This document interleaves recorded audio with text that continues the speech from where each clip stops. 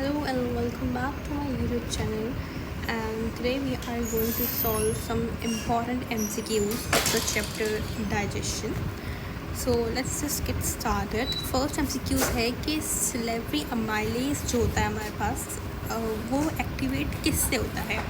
You must remember कि salivary amylase हमारे पास mouth के अंदर मौजूद होता है, ठीक है. उससे एक्टिवेट किया जाता है क्लोराइड आयंस, इसको क्लोरीन आयंस इसको एक्टिवेट करते हैं, ठीक है.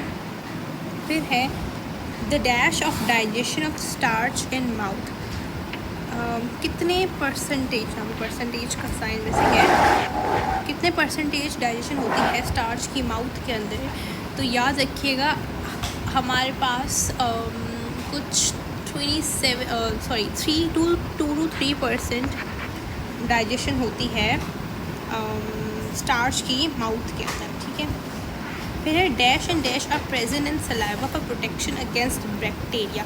बैक्टीरिया के खिलाफ प्रोटेक्शन करने के लिए कौन सी दो चीज़ें मौजूद होती हैं सलाइवा के अंदर. तो याद रखिएगा लाइजोजाइम, जो कि हमारे पास एंजाइम है जो कि बैक्टीरिया की सेल वॉल को डिग्रेड करता है वो, और इम्यूनोग्लोबिन मौजूद है.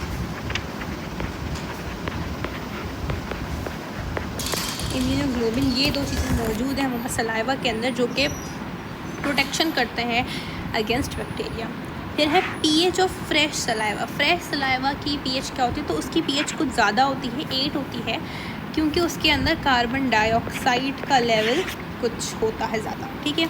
जबकि अगर मैं बोलूँ नॉर्मल सलाइवा की पीएच क्या होती है, तो वो कुछ होती है 6.5 to 7 के दरमियान. जो नॉर्मल सलाइवा उसकी 6 to 7 के दरमियान, 6.8 लिखते हैं बेसिकली, 6.8 इसकी पीएच होती है, ठीक है. फिर बोल रहे हैं ओरिजिन ऑफ एलिमेंट्री कैनाल का क्या है, मतलब वो एक्टोडर्मल है, एंडोडर्मल है या फिर मीज़ोडर्मल है. तो मैं आपको बता दूं ये हमारे पास होती है एक्टोडर्मल प्लस एंडोडर्मल, ठीक है. दोनों होती है एलिमेंट्री कैनाल की ओरिजिन. फिर बोलते हैं factors affecting the gastric juice secretion. हमारे पास गैस्ट्रिक जूस सिक्रीशन होती है स्टमक को, कौन से फैक्टर्स अफेक्ट करते हैं. तो ये आपकी खुद की सिन बुक की लाइन है और दिस इज़ इम्पॉर्टेंट. 3 फैक्टर होते हैं न्यूरोनल, ठीक है, जैसे कि सिक्रीटिन एक न्यूरोट्रांसमीटर है वो आता है, ठीक है, हार्मोन है बेसिकली. फिर है मैकेनिकल एंड देन हार्मोन, ठीक है. 3 ये फैक्टर्स हैं जो कि आपके गैस्ट्रिक जूस की सिक्रीशन को अफेक्ट करते हैं. फिर है रेनिन. रेनिन का दूसरा नाम का क्या होता है, काइमोसिन. ये आपकी सिन की बुक लिखती है, ठीक है. आगे smaller lymph vessels merge to form large vessels that drain fats and nutritions to the. आपके पास जो छोटी छोटी लिम्फ होती हैं वो सारे जो एक लार्ज वेसल के अंदर अपने सारे फैट्स और न्यूट्रिएंट्स ड्रेन करता है, वो कौन सी है, थोरेसिक लिम्फेटिक डक्ट कुछ ऐसे करके नाम है, थोरेसिक लिम्फेटिक डक्ट, ठीक है. फिर है विच इज़ एम्प्टीड. फिर वो कहाँ जाके खाली होती है, तो वो होती है सब क्लेवियन वेन के अंदर. ये याद रखिएगा, ये भी खुद की बुक के अंदर लिखा हुआ है, ठीक है. और ये एमसीक्यूज़ के अंदर बाज़ औक़ात पूछा जाता है. इवन अगर आप कुछ इम्पोर्टेंट या कुछ अच्छे बुक्स लें, एमसीक्यूज़ बुक सॉल्व करें, तो उसके अंदर भी आपको ये एमसीक्यूज़ देखने को मिल सकता है, ठीक है. फिर बोलता है the under surface of the tongue has have a food,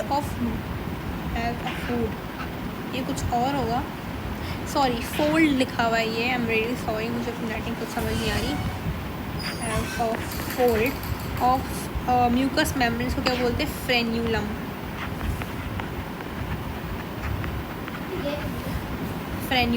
ठीक है. फिर बोलते हैं इंट्रिंसिक फैक्टर जो है वो 2 चीज़ों को अफेक्ट करता है. पहला आपके आरबीसी को मैच्योर करता है, कैसे, क्योंकि बोन मैरो में जाके डिपॉजिट हो जाता है, फिर वहाँ से जाता है आरबीसी को मैच्योर करने. दूसरा कि विटामिन B12 की एब्जॉर्प्शन भी यही करवाता है, विटामिन B12 की एब्जॉर्प्शन भी यही करवाता है। फिर the chemical nature of cholecystokinin, जिसको बोलते हैं CCK भी बोल रहे होते हैं, उसकी नेचर क्या है, तो वो प्रोटीनियस होता है नेचर। ये भी आपकी खुद की सिंध की बुक लिखती है, ठीक है। So I hope these short MCQs or the important points were clear to you. If you still have any QE, you could ask me in the comment section and I'll be really glad to answer you guys. Till then, take care and